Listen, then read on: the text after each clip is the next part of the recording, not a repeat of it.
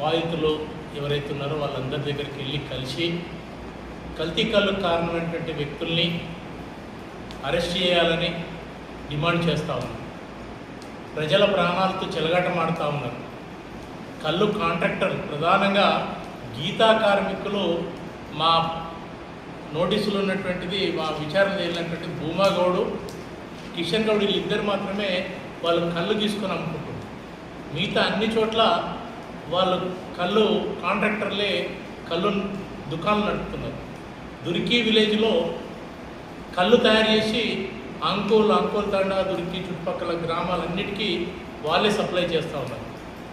ఇక్కడ కళ్ళు అసలు గీయడం అనేటటువంటిది 10% కూడా లేదనేది మా విచారం తెలియదు.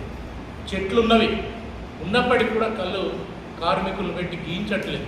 కాంట్రాక్టర్లు ఆ కళ్ళు గీత కార్మికులతో కళ్ళు గీయిస్తే ఎక్కువ ఖర్చు అవుతుంది కనుక ఈ మత్తు వల్ల తక్కువ ఖర్చుతోని ఎక్కువ కళ్ళు నమ్ముకోవచ్చు, ఎక్కువ లాభాలు సంపాదించాలనే ఉద్దేశంతో ఇది జరుగుతూ ఉంది. ప్రజల ప్రాణాలతోని ఆడుకుంటూ ఉన్నారనేది మా విచారణ తేలింది. దీనికి మొత్తం ప్రభుత్వం బాధ్యత వహించాలి. కాళ్ళు గీత కార్మికుల హక్కుల్ని రక్షించుకుంటూనే వాళ్ళ సంబంధించినటువంటిది పద్ధతి ప్రకారం లైసెన్సులు ఇచ్చి చెట్లు కేటాయించి వాళ్ళకు సంక్షేమ పథకాలు అమలు చేస్తూనే అదే క్రమంలో ప్రజలకు స్వచ్ఛమైన కళ్ళుని అందించాల్సిన బాధ్యత ప్రభుత్వం మీద ఉంది. ప్రభుత్వము దాని పర్యవేక్షణ చేయాల్సిన అవసరం ఉంది.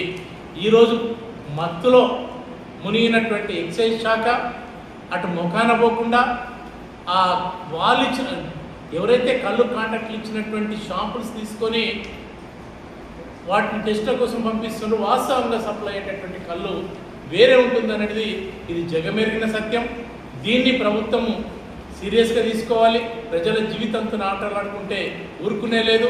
ప్రభుత్వాన్ని ప్రజల్లో నిలబెట్టాల్సిన పరిస్థితి వస్తుందని చెప్పి తెలియజేస్తూ ఈ సందర్భంగా వాళ్ళు కార్మికులందరూ కూడా వాళ్ళ పని దినాలు నష్టపోయారు, వాళ్ళ ఆరోగ్యం నష్టపోయారు కనుక వాళ్ళకు దాదాపుగా ₹1,00,000 చొప్పున ప్రతి బాధితుడికి నష్టపరిహారం ఇవ్వాలి. తక్షణమే NDPS యాక్ట్ కింద కేసు నమోదు చేశారు.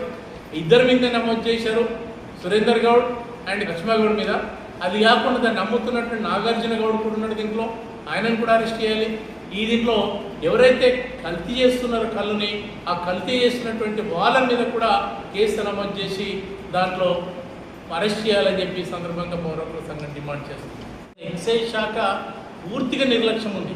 దీనికి సంబంధించినటువంటి ఎక్సైజ్ శాఖ SI, CI వీళ్ళందరినీ కూడా సస్పెండ్ చేయాలనేటటువంటిది కూడా ఈ సందర్భంగా డిమాండ్ చేస్తుంది.